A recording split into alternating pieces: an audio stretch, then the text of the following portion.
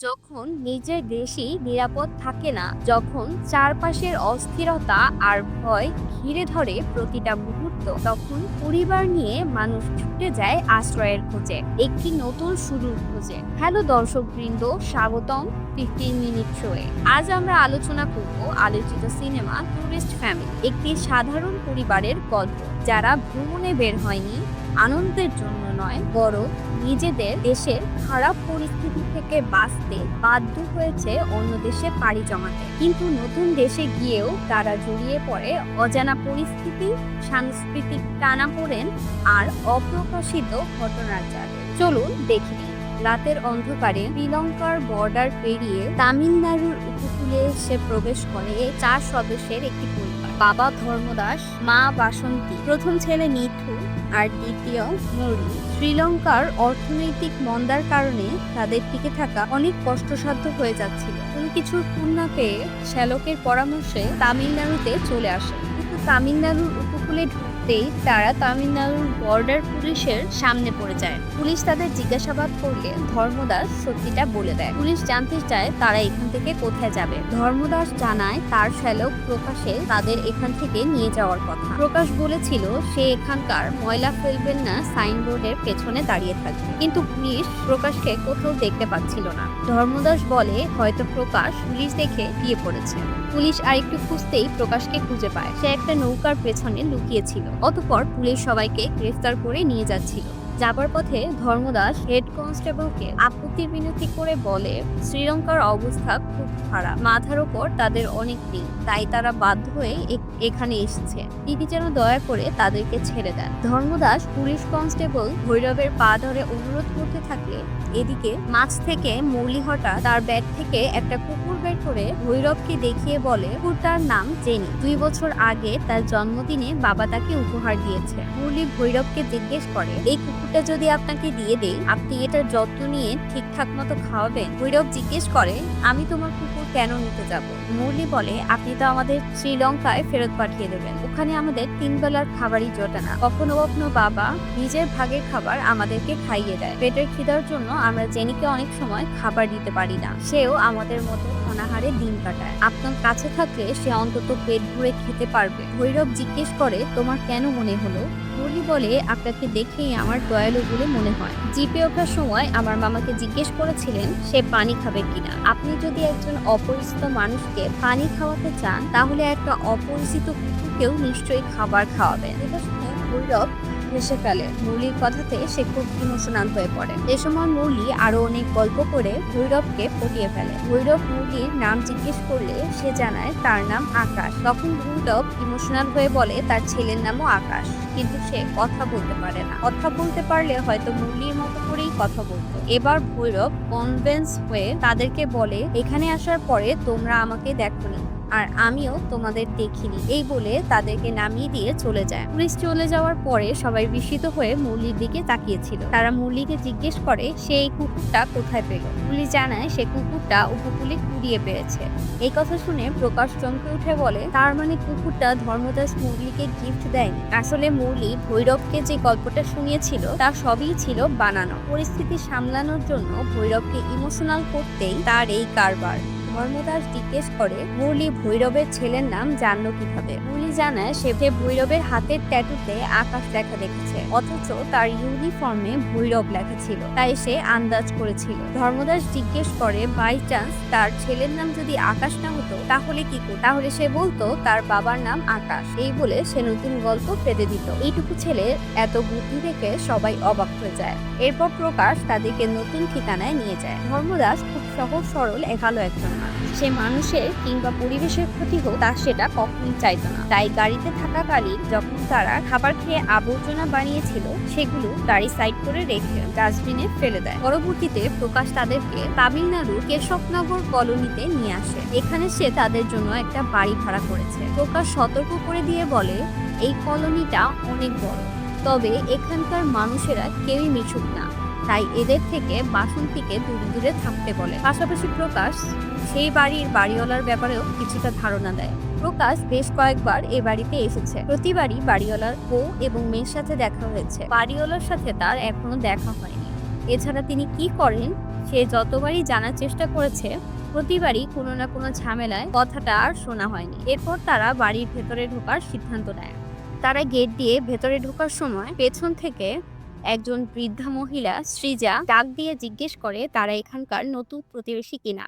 সৃজা বাসন্তীর সাথে ভাব জমানোর চেষ্টা করছিল, কিন্তু সৃজার স্বামী শেখর বিরক্ত হয়ে অফিসের কথা বলে তাকে সেখান থেকে নিয়ে যায়। এরপর তারা বাড়ির ভেতরে ঢোকে। বাড়িওয়ালার বউ আর মেয়ের সাথে দেখা হয়। সেখানে বাড়িওয়ালার সাথেও দেখা হয়, কিন্তু তাকে দেখা মাত্রই তারা হতবাক হয়ে যায়, কারণ বাড়িওয়ালা পুলিশে চাকরি করত।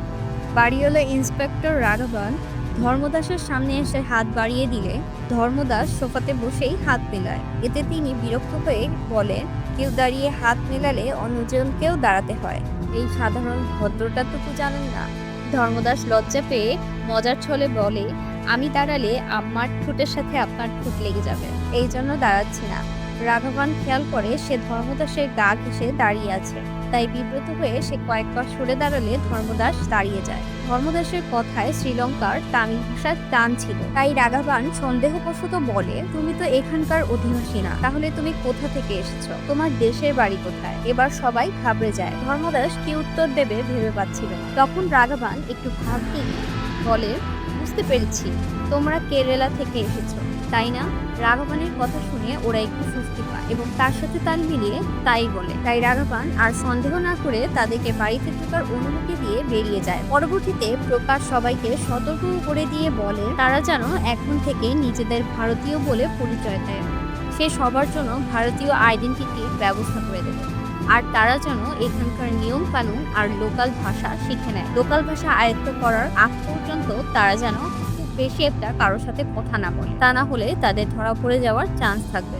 সবকিছু গুছিয়ে দিয়ে প্রকাশ চলে গেলে ধর্মদাস পরিবার ঘরটর গোছানো শুরু করে। কিছুক্ষণ আগে দেখা হওয়া প্রতিবেশী সৃজা তাদের জন্য চা বানিয়ে নিয়ে আসে।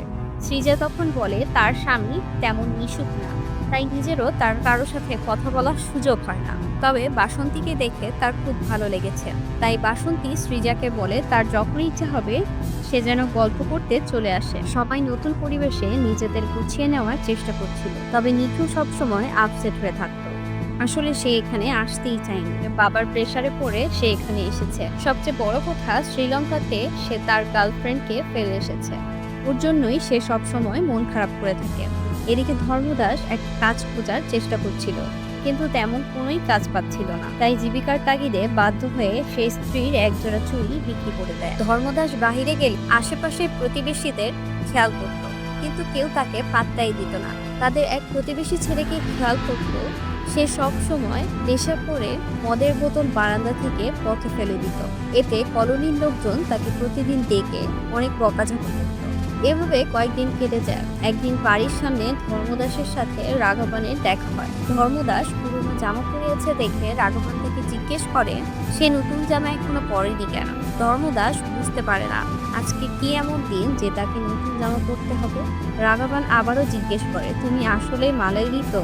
রাঘবান আবারও ঘাবড়ে যায়। তখন সেখানে মুরলি মিষ্টি নিয়ে চলে আসে আর রাঘবানকে উইশ করে মিষ্টি দেয়। আসলে আজকে তামিলিয়ানদের ওনামের অনুষ্ঠান, শ্রীলঙ্কার তামিলরা এসব পালন করতো না, তাই ধর্মদাসের জানা ছিল না। কিন্তু মুরলি এসে বাবার ধরা পড়া থেকে বাঁচিয়ে দেয়। এদিকে বাসন্তী আর সৃজার ভেতরে বন্ডিং বেশ জমে উঠেছিল, তাদের একে অপরের বাসায় যাতায়াতও বেড়ে যায়। এরই মধ্যে প্রকাশ সবার জন্য আধার কার্ড বানিয়ে আনে। এরপর ধর্মদাস মুরলিকে এখানকার একটা স্কুলে ভর্তি করিয়ে দেয়। সবকিছু স্বাভাবিকভাবেই হচ্ছিল। এরই মধ্যে শহরে একটা বোমা ব্লাস্ট হয় এবং অনেকে আহত হয়। এসিপি বালুরন সিং ঘটনাস্থলে গিয়ে জানতে পারে কেউ ময়লার ডাস্টবিনে বোমা রেখে এই ব্লাস্টটা ঘটিয়েছে। বালুয়ান খেয়াল করে এখানে একটা সিসিটিভি ক্যামেরা আছে। বালুয়ান এক সপ্তাহে এখানে যতগুলো গাড়ি এসেছে, যতগুলো মানুষ এসেছে সবার ডিটেলস বের করার নির্দেশ দেয়। সে সময় ঘটনাস্থলে হেড কনস্টেবল ভৈরব ছিল। সেখানে আর এক কনস্টেবল ভৈরবকে আলাদা করে ডেকে নিয়ে সিসিটিভির ফুটেজটা দেখায়। স্টেজে ধর্মদাসকে দেখা যাচ্ছিল, সে একটা গাড়ি থেকে নেমে ডাস্টবিনে ময়লার ব্যাগ ফেলছিল। মানে ওটা ওই দিনের ফুটেজ, ধর্মদাসরা যেদিন এই শহরে ঢুকেছিল। ভৈরব বলে তার মনে হয় না ধর্মদাস এখানে ময়লা ছাড়া আর কিছু ফেলেছে। হোম রাখার মতো মানুষ সে না। কনস্টেবল তার কথার বিরোধিতা করে বলে, এই লোকগুলো বাইরের দেশ থেকে অবৈধভাবে ঢুকেছে, তারা ওদেরকে চেনে না, এমনকি ওদের ব্যাগ সার্চ করে দেখেনি। ওরা কি উদ্দেশ্যে এখানে এসেছে সেটাও তাদের জানা নেই, তাই ওদেরকে অন্ধের মতো বিশ্বাস করাটা ঠিক হচ্ছে না। কনস্টেবলের কথা শুনে ভৈরবও এবার চিন্তায় পড়ে যায়। সে কি এবার তাদের ছেড়ে দিয়ে ভুলই করলো? এদিকে মুরলি স্কুলে যাওয়ার জন্য বের হতেই দেখে তার একজন প্রতিবেশী বাইক নিয়ে বের হচ্ছে। মুরলি লোকটার কাছে মেইন রোড পর্যন্ত লিফট চাইলে লোকটা অনিচ্ছে থাকা সত্ত্বেও তাকে লিফট দিতে রাজি হয়। মেইন রোড পর্যন্ত গিয়ে মুরলি আর এক বাহানা ধরে তাকে স্কুল পর্যন্ত নামিয়ে দিতে বলে। লোকটা তাকে শেষ পর্যন্ত স্কুলের সামনেই নামিয়ে দেয়। এরপর যখন ক্লাস শুরু হয় তখন দেখা যায় সে যার বাইকে উঠেছিল, লিফট নিয়ে স্কুল পর্যন্ত এসেছিল, সে তার শিক্ষক। মুরলির ভয়ে জড়সড় হয়ে যাওয়া দেখে স্যার মুচকি হাসতে থাকে। এরপর মুরলি স্যারের কাছে গিয়ে বলে সে জানতো না উনি তার টিচার। স্যার জিজ্ঞেস করে, আমি টিচার জানলে তুমি বাইক উঠতে না? মুরলি বলে, আপনি টিচার জানলে স্কুলের বাইরে নামতাম না, একদম স্কুলের ভেতরে এসে নামতাম। স্যার মুরলির কথায় ইমপ্রেস হয়ে হেসে ফেলে। তার কথার টান শুনে স্যার জিজ্ঞেস করে সে শ্রীলঙ্কা থেকে এসেছে কিনা। মুরলি এবার ঘাবড়ে গিয়ে বলতে শুরু করে সে শ্রীলঙ্কার হলেও এখানে বৈধভাবে এসেছে, তাদের সব কাগজপত্র বাড়িতে আছে, তারা এখানে বিমানে চড়ে এসেছিল। তার জিজ্ঞেস করে তার বিমানে চড়ার অভিজ্ঞতা কেমন ছিল।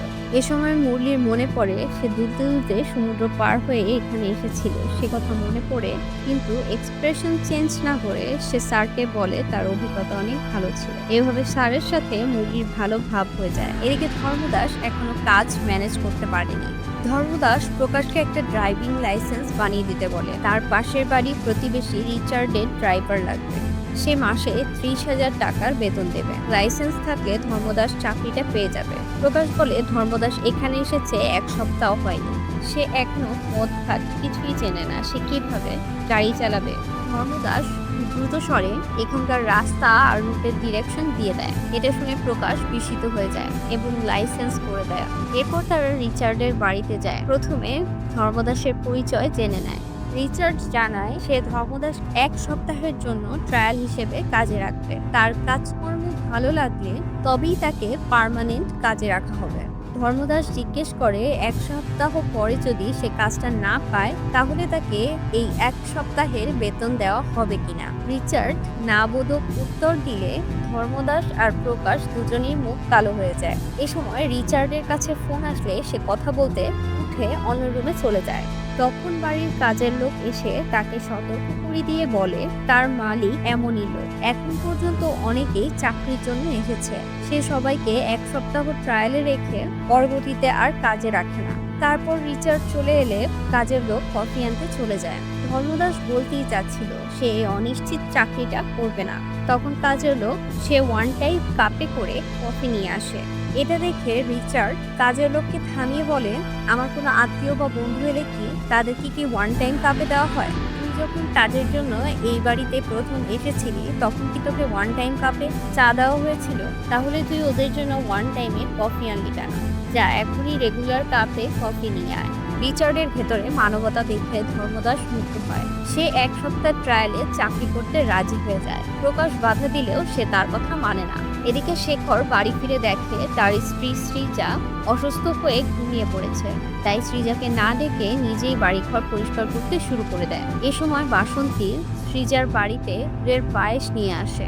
শেখর একটু বিরক্ত হয়ে বলে শ্রীজা অসুস্থ, তাই সে এসব খেতে পারবে না। বাসন্তী জানায় সে জানে শ্রীজা অসুস্থ, তাই সে তার জন্য খাবার নিয়ে এসেছে এবং বাসন্তীকে ভেতরে এসে বসতে বলে। টেবিলে একটা ফটো অ্যালবাম ছিল। বাসন্তী শেখরের পারমিশন নিয়ে অ্যালবামটা দেখতে শুরু করে। শেখর বলে এই অ্যালবামে শ্রীজার 1 বছর বয়স থেকে আজ পর্যন্ত প্রতি বছরের ফটো আছে। সে অনেক কষ্টে ফটোগুলো কালেক্ট করেছে।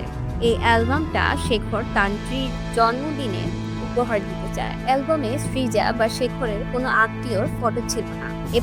এ ব্যাপারে বাসন্তী জিজ্ঞেস করলে শেখর জানায় তারা পালিয়ে বিয়ে করেছে, তাদের পরিবার এটা মেনে নিতে পারেনি, এই জন্য তাদের কারোর সাথেই যোগাযোগ নেই। শেখর জানায় তার আলমারিতে আরো একটা অ্যালবাম আছে, বাসন্তী সেটা দেখবে কিনা। যে শেখর কারোর সাথে কথা বলা পছন্দ করতো না, সে বাসন্তীর সাথে সেও বাসন্তীর ব্যবহারে মুগ্ধ হয়ে তাকে আপন করে নেয়। অন্যদিকে ধর্মদাসের ট্রায়াল ড্রাইভিং শুরু হয়। রিচার্ডকে ইমপ্রেস করার জন্য গাড়িতে তামিল গান ছেড়ে দেয়, কিন্তু এতে রিচার্ডের আরো বিরক্তি লাগে। প্রথম দুদিন সে কিছু বলে না, তৃতীয় দিন সহ্য করতে না পেরে বলে ধর্মদাস যদি আর একবার এসব গান বাজায় তাহলে সে তাকে ধাক্কা দিয়ে গাড়ি থেকে ফেলে দেবে।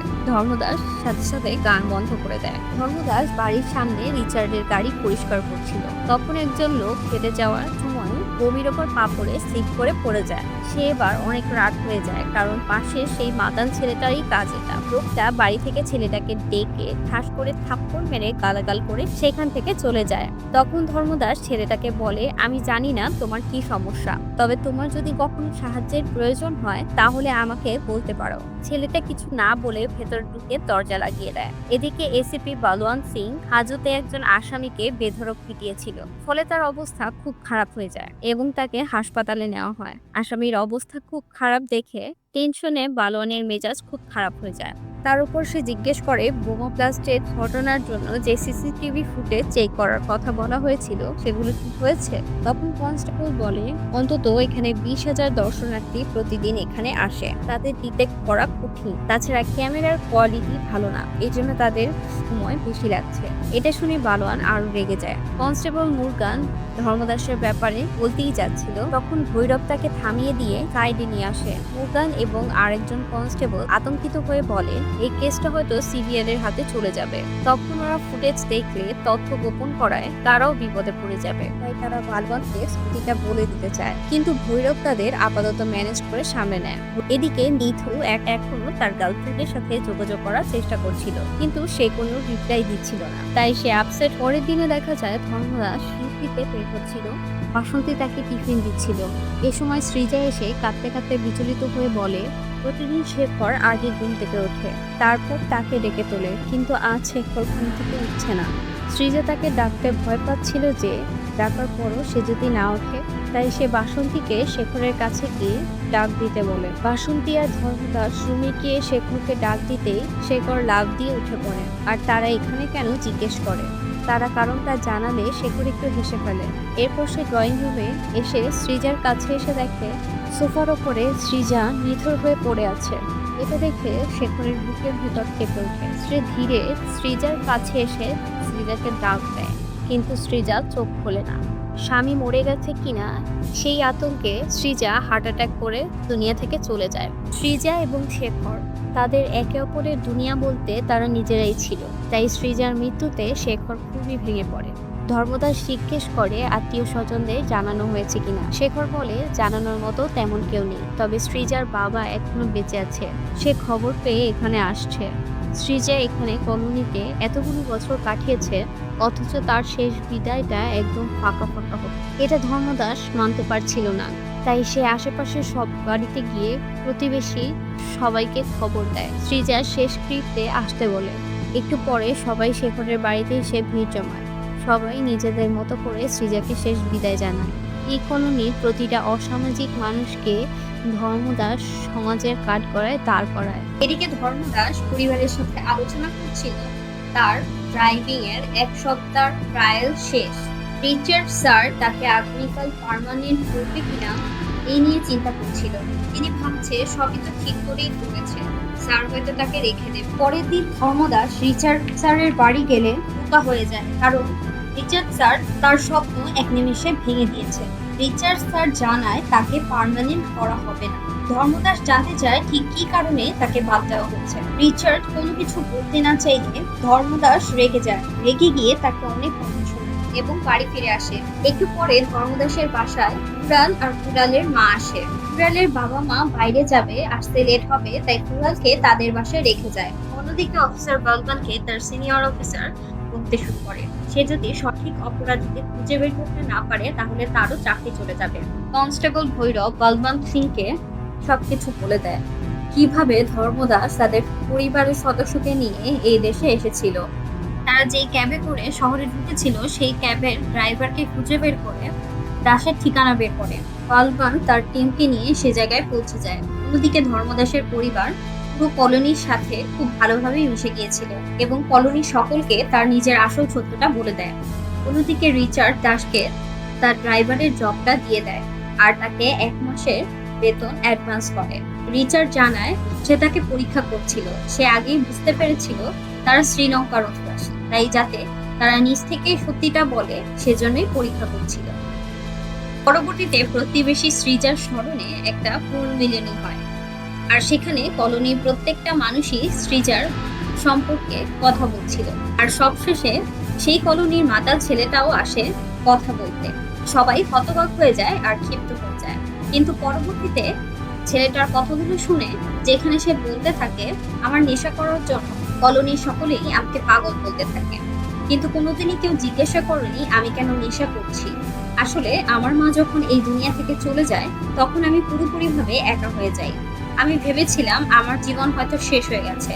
সেই হতাশা আর একাকিত্বে আমি নেশা শুরু করি। কিন্তু ধর্মদাস আমার কাছে এসে আমার পরিস্থিতি সম্পর্কে জানতে চায়, আমাকে বোঝায়। এসব কথা শোনার পরে প্রতিবেশী সকলেই ইমোশনাল হয়ে যায়।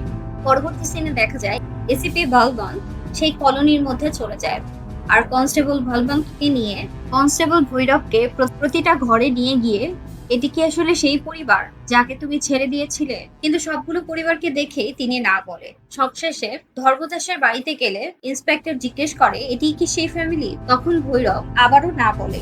ইন্সপেক্টর রাগ হয়ে তার কলার ধরে বলে তুমি কি আমার সাথে মজা করছো? কলোনির প্রতিটা ঘরে দেখেছি, কিন্তু ধর্মদাসের পরিবার আর ধর্মদাসকে খুঁজে পাচ্ছ না, চিনছো না, তাহলে ওই পরিবারটা কোথায় গিয়েছে? আর সেই মুহূর্তে ইন্সপেক্টরের কাছে ইনফরমেশন আসে ইন্সপেক্টর যে লোকটিকে ধরে প্রচুর টর্চার করেছিল সে মারা গিয়েছে, আর ভার্বাল সিনকে গ্রেফতার করার জন্য অর্ডার চলে এসেছে, আর এজন্য পুলিশরা ওইখান থেকে চলে যায়। তখনই ধর্মদাস দৌড়ে ভৈরবের কাছে চলে আসে।